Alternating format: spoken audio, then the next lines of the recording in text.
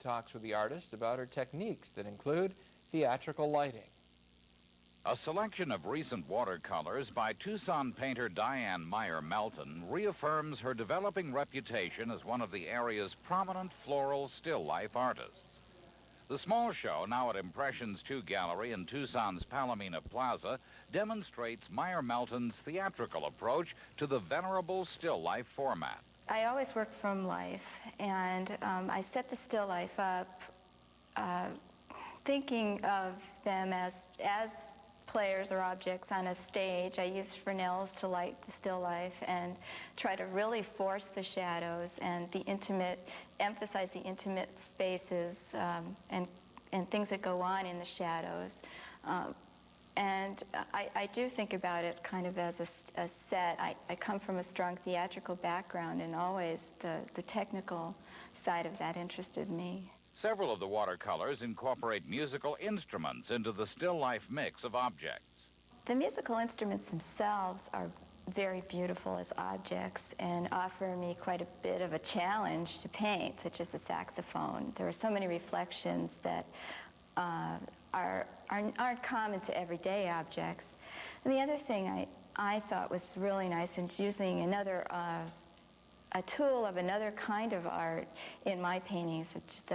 These are tools that musicians use to make their art, and now I'm using them in another context as a player in my theater, so to speak, that I can set up in a still life and paint just for the pure enjoyment of their shape and their color. Meyer-Melton also perceives a musical connection in her floral forms. I think the flowers really afford me a lot of graceful movement in the painting. The thing about the flowers is that they always remind me of dancers, so to speak, and that they can hang over the vase and be very graceful. And I think that has an emotional quality to it. There's also, sometimes the placement of things will give a certain movement in and out through the painting. Yeah, I'm choreographing a dance, so to speak. Perhaps the hallmark of Meyer-Melton's style, other than the obvious exactness of her shapes and shadows, is the richness of color she achieves in the watercolor medium that rivals what one would expect from oils.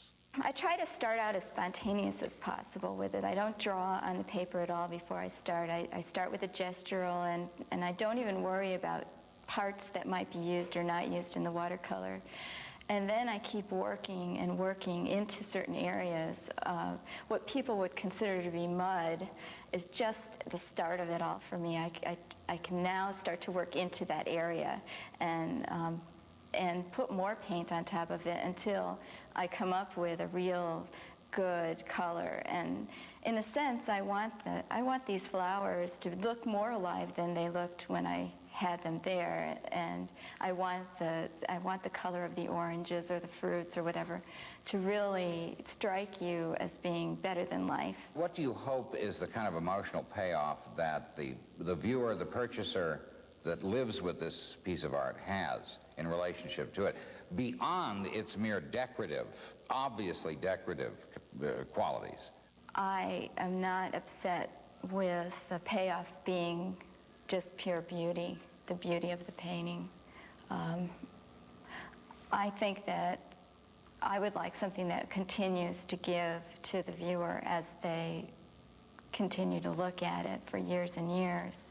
I think flowers are a subject matter that really does appeal to everybody. I don't think there's a person alive that can say, I hate flowers, or I don't like flowers, or flowers don't mean anything to me, because flowers mean something to everybody. They all have, everyone can associate the smell of flowers or the look of flowers with something in their life that was important, a funeral, a wedding, just a special garden, or something like that. And I really hope that maybe the payoff is a little bit of nostalgia or just joy taken from the color, which to me is plenty. A group of recent watercolors by Tucson painter Diane Meyer-Melton will be featured at the Impressions 2 Gallery at the corner of Fort Lowell and Swan Roads in Tucson through the 9th of June. For Arizona Illustrated, I'm Michael Boyle. Do it tonight for Arizona Illustrated, Southern Arizona's news magazine. Good night, everybody.